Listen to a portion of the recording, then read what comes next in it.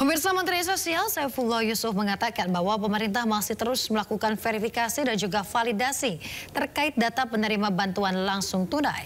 Ya, dari hasil uji lapangan, 2 juta orang dinyatakan tidak layak menerima bantuan, sementara terdapat 15 juta penerima manfaat baru yang sudah diverifikasi. Menteri Sosial Syaifullah Yusuf mengungkapkan sekitar 2 juta keluarga penerima manfaat dinyatakan tak lagi layak menerima bantuan sosial baik program reguler maupun bantuan tunai tambahan pada triwulan 4 2025. Hasil tersebut diperoleh dari verifikasi dan uji lapangan yang dilakukan pemerintah daerah guna memastikan bansos disalurkan tepat sasaran. Gus Ipul menjelaskan proses verifikasi dilakukan secara simultan oleh pendamping sosial dan perangkat daerah di kabupaten kota dengan metode ground check atau verifikasi lapangan bersama guna mencocokkan data penerima dengan kondisi sebenarnya di lapangan.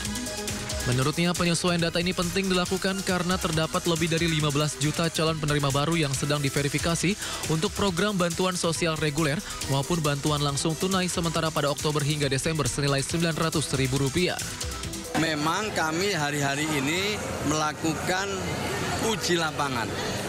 Turun dari pendamping kami dan juga dari sumber daya yang dimiliki oleh pemerintah daerah, kabupaten kota untuk memastikan bahwa data-data yang kami kirim itu memang sesuai fakta di lapangan.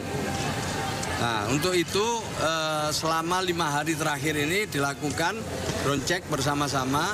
Hasilnya per hari ini itu sudah 2 juta lebih yang bisa dikatakan tidak layak untuk tidak memenuhi kriteria untuk menerima bansos. Kemensos mengapresiasi setiap kepala daerah yang responsif dalam memperbarui data penerima manfaat. Data tersebut akan menjadi dasar bagi Kemensos dan BPS untuk memperkuat validasi dan pemutakhiran data sosial ekonomi nasional atau DTSN demi ketepatan penyaluran bansos ke depan. Kita ke informasi berikutnya, pemirsa. Jelang sidang pemakzulan Bupati Sudewo, warga Pati kembali memadati alun-alun Simpang 5. Warga hadir ke lokasi ini untuk mengikuti acara manakib dan ruatan.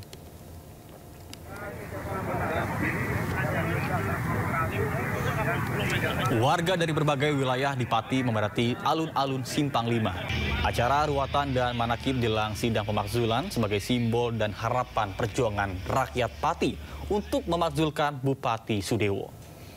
Acara ini dilakukan sebagai bentuk doa supaya pada sidang paripurna bisa berjalan lancar tanpa ada halangan satupun.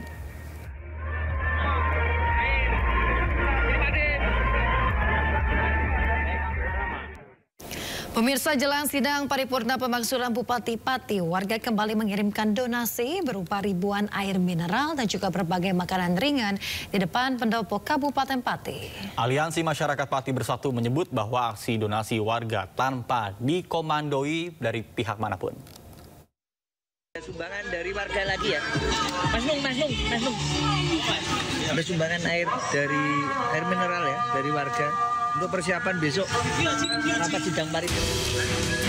Situasi politik di Pati, Jawa Tengah kembali memanas jelang sidang paripurna pemakzulan Bupati Pati Sudewo yang akan digelar pada Jumat 31 Oktober esok. Masyarakat Pati kembali menunjukkan solidaritas dengan cara memberikan air mineral dan makanan ringan.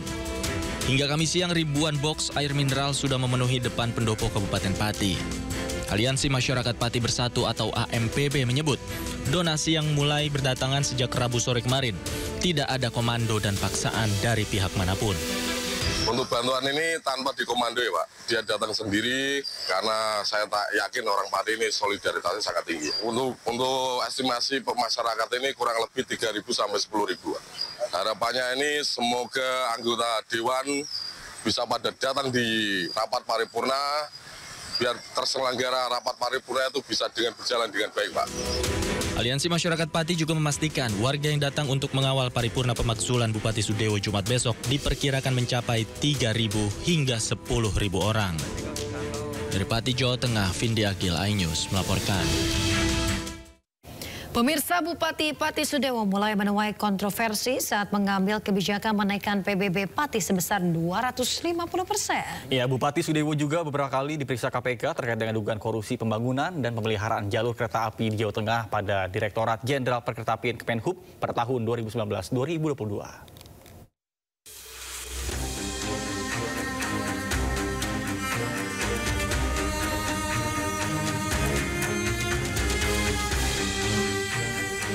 Nama Sudewo mencuat pasca mengeluarkan kebijakan kenaikan PBB Pati hingga 250% yang menyulut kemarahan masyarakat. Siapa yang akan melakukan perubahan biaya undur, silahkan lakukan.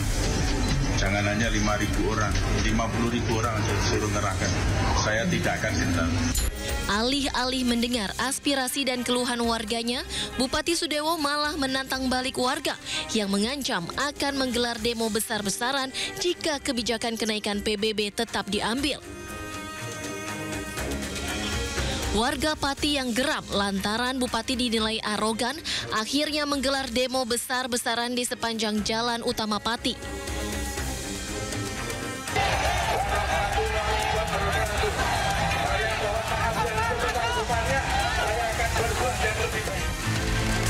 Kericuhan pun tak terhindarkan. Sudewo yang berupaya meredam kemarahan justru dilempari massa. Kendati kebijakan kenaikan pajak bumi dan bangunan sebesar 250% dibatalkan Sudewo, warga terlanjur kesal dan mendesak pembentukan pansus hak angket pemakzulan Bupati yang kini sudah bergulir. Ya, itu kan hak angket yang dimiliki oleh DPRD.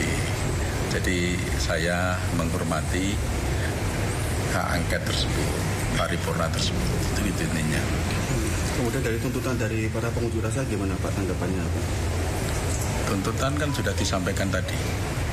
Kalau saya kan dipilih oleh rakyat secara konstitusional dan secara demokratis, jadi tidak bisa saya harus berhenti dengan tuntutan itu. Selain kebijakannya yang sempat menuai kontroversi, Bupati Sudewo juga beberapa kali diperiksa KPK terkait dugaan korupsi pembangunan dan pemeliharaan jalur kereta api di Jawa Tengah pada Direktorat Jenderal Perkeretaapian Kemenhub tahun 2019 hingga 2022. Sudewo diduga menerima aliran dana dari pembangunan jalur kereta api saat masih menjabat anggota DPR. Tim Liputan iNews melaporkan. Pemirsa, ribuan personil gabungan disiagakan untuk mengamankan rapat paripurna pemakzulan Bupati Pati Sudewo. Rencananya paripurna itu akan dihadiri dua kubu, yaitu massa pro dan kontra Bupati Pati. Sebanyak 3.379 personil gabungan disiagakan untuk mengamankan jalannya paripurna membahas pemakzulan Bupati Sudewo. Personil gabungan berasal dari Polda Jawa Tengah dan juga Polres Jajaran. Berdasarkan data dari kepolisian, ada dua kubu yang rencananya akan datang untuk mengawal paripurna hak angket di DPRD Pati, yaitu adalah massa pro Bupati dan massa kontra.